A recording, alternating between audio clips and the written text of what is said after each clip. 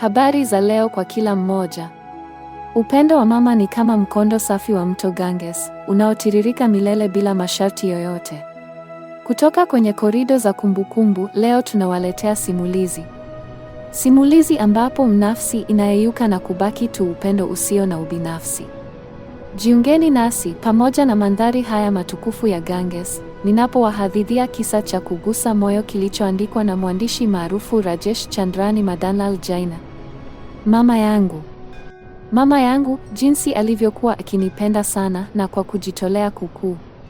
Tarehe 19, mwezi wa 12, mwaka wa 2019. Wakati mama alikuwa bado nasi hapa duniani. Itakuwa bora kuanza tangu mwanzo kabisa.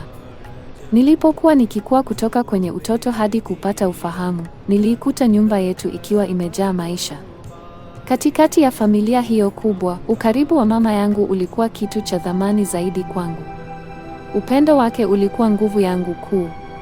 Nyumbani kulikuwa na kaka na dada wengine, na mama alilazimika kutunza kila kitu. Alisawazisha majukumu kwa familia na imani kwa usawa wa kustaajabisha. Alibakiwa na muda mchache sana kwa ajili yake mwenyewe. Nilipokuwa mkubwa kidogo, nilitambua ukweli mmoja mzito. Alikuwa mnyenyekevu na mtulivu sana kuliko mtu mwingine yeyote. Sijawahi kumwona akiwa na hasira na mtu yeyote. Sijawahi kumwona akisononeka. Labda wakati huo, hiyo ilikuwa fadhila ya asili ya kila mama. Mfano wa mke bora wa nyumbani. Kadiri muda ulivyopita na ufahamu wangu kuwa wazi, niliona ndani yake sifa ambayo sikuiona kwa mwingine yeyote.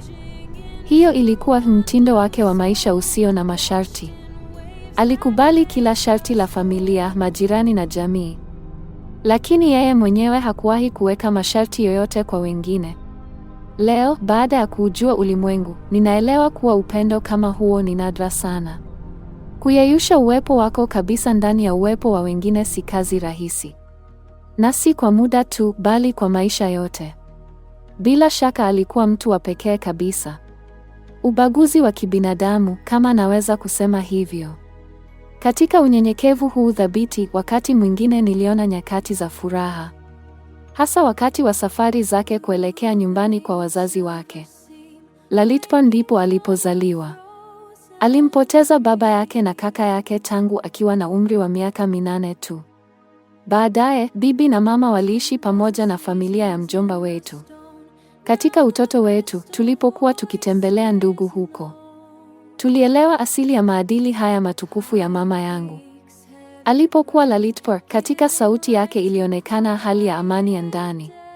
Huko wanaishi mpaka leo familia za binamu zetu. Ni wanyenyekevu, lakini watukufu sana katika mawazo yao. Walimtendea mama kila mara kwa heshima kubwa.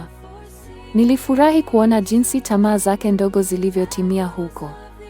Katika mitaa ya Lalitpur alijihisi kweli yuko nyumbani. Ninarudi tena kwenye kumbukumbu zangu kuhusu mama. Kutokana na malezi yake ya kidini, mama alikuwa na matarajio makubwa. Alitarajia tuelewe imani na kuhifadhi maandiko. Ndugu zangu walifanikiwa katika hili. Lakini hamu yangu ya kusoma wakati huo ilikuwa ndogo kidogo. Baadaye, kwa sababu ya kazi, niliishi mara nyingi mbali na nyumbani. Hivyo, kubaki kwangu nyuma katika mazoezi ya kiroho tangu utotoni kuliendelea kama kivuli maisha yangu yote. Miaka 5 iliyopita, baada ya baba yetu kuondoka, mama alianza kudhoofika. Kwa miaka 2 iliyopita amekuwa kitandani kwa sababu ya ugonjwa wake. Familia ya mdogo wangu inamhudumia kwa upendo mkubwa. Mwili wake sasa una uzito wa takriban kilo 25 tu. Lakini hata katika mazingira haya magumu, nguvu ya roho yake haijatikisika. Sasa anakula mlo mmoja tu kwa siku. Anaelekeza umakini wake wote kwenye njia ya ukombozi wa kiroho. Licha ya udhaifu wa mwili, ana akili timamu ya ajabu. Ana akili nyingi sana. Kila kitu alichojifunza maishani, bado anakikumbuka mpaka leo kichwani. Dunia yake sasa imetulia ndani ya chumba kimoja kidogo. Lakini hata huko hakuna malalamiko yoyote kutoka kwake. Mambo ya kidunia sasa yanaonekana kwake hayana maana. Mara nyingi hurudia sentensi moja ya hekima. Msamaha kutoka kwa wote, msamaha kwa wote. Anaomba msamaha kwa wale alioweza kuwakwaza. Na anasamehe kwa urahisi kila mtu aliyemuumiza.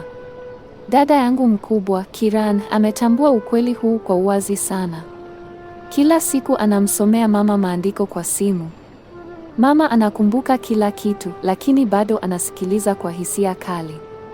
Kama nilivyosema, kiroho mimi ni mwanawe niliyebaki nyuma.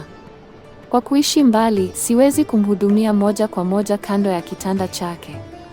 Miezi miwili iliyopita nilipata wazo zuri. Kuwa kama nami ningemsomea, furaha yake ingeongezeka. Tangu wakati huo, ninampigia simu kila siku ya mapumziko. Anasubiri kwa hamu na anafurahi sana. Wakati wa mazungumzo yetu ananiomba nisome maandiko tofauti tofauti. Katika wiki 2 zilizopita ana hamu moja ya pekee. Anataka kusikia Vaktama Stotra kutoka kwa sauti yangu. Matamshi sahihi ya Sanskrit ni changamoto kubwa kwangu. Yeye anajua kila kitu kichwani bila kosa lolote. Lakini kuzisikia kwa sauti ya mwanawe kunampa amani isiyo na mwisho.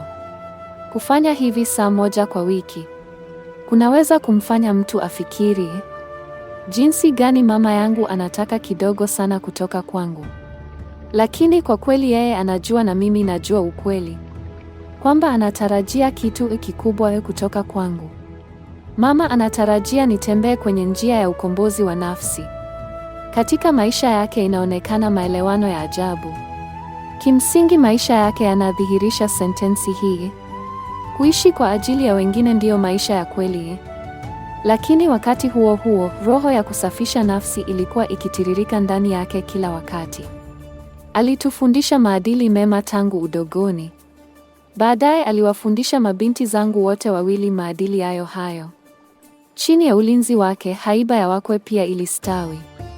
Alikuwa mfano kwa wajukuu wake wote. Alisema kila wakati kwa uzito, kuzungumza juu ya uovu hueneza uovu. Kwa hivyo, kuzungumza tu juu ya wema ndiko kunakoweza kuzima uovu. Akikumbuka tabia ya mama, dada yangu Kiran anasema, mama alijiepusha kila mara na mambo ya wengine. Alitufundisha kuwa tofauti kati ya yangu na yako haina faida yoyote. Somo hili ndilo rasilimali yetu ya thamani leo. Sababu inayotufanya tuheshimiwe katika jamii. Tunaamini katika umoja, kamwe si ugomvi. Mama alitupa maadili ya kiroho ili tuweze kuisafisha nafsi yetu. Ili tujikomboe na mateso ya kuzaliwa na kufa. Tarehe 26 Aprili mwaka wa 2022. Hakutaka kitu chochote cha kimwili kutoka kwa watoto wake. Alitaka tu tupate ukweli na kupata hekima. Upendo wa mama ni kama neema ya walimu wakuu, inayowahimiza viumbe wote kwenye furaha. Tarehe 26 Aprili mwaka wa 2020, mama aliondoka. Ulikuwa wakati mgumu katikati ya janga la korona. Tangu wakati huo, tulianzisha utamaduni wa kusoma pamoja kila siku. Na utamaduni huu unaendelea leo kwa fahari. Tunatoa saa hii kwa nia ya mwisho ya mama. Kiran, Shobha na Rachna wanatunza utamaduni huu pamoja. Leo, kwa heshima mbele ya kumbukumbu ya mama yangu, ninashiriki simulizi hii tena. Mlikuwa mkisikiliza zawadi ya maneno kutoka kwa Rajesh Ji kwa mama yake. Utamaduni hai ambao haukomi kamwe. Upendo wa kweli umo katika kuinua nafsi. Leo mama hayupo nasi kimwili, lakini sala ya familia inaiweka nia yake kila mara hai. Kuchagua wema ndiyo heshima ya dhati kwa mama. Leo kwa moyo mzito tunashiriki kuwa mdogo wake Rajesh Ji, Shobha Ji, alifariki Januari mwaka wa 2026. Akifuata njia ya mama kwenye safari ya umilele. Tunatuma rambirambi zetu za dhati pia kwa binti huyu mkuu. Hayo ndiyo yote kwa leo. Asante sana.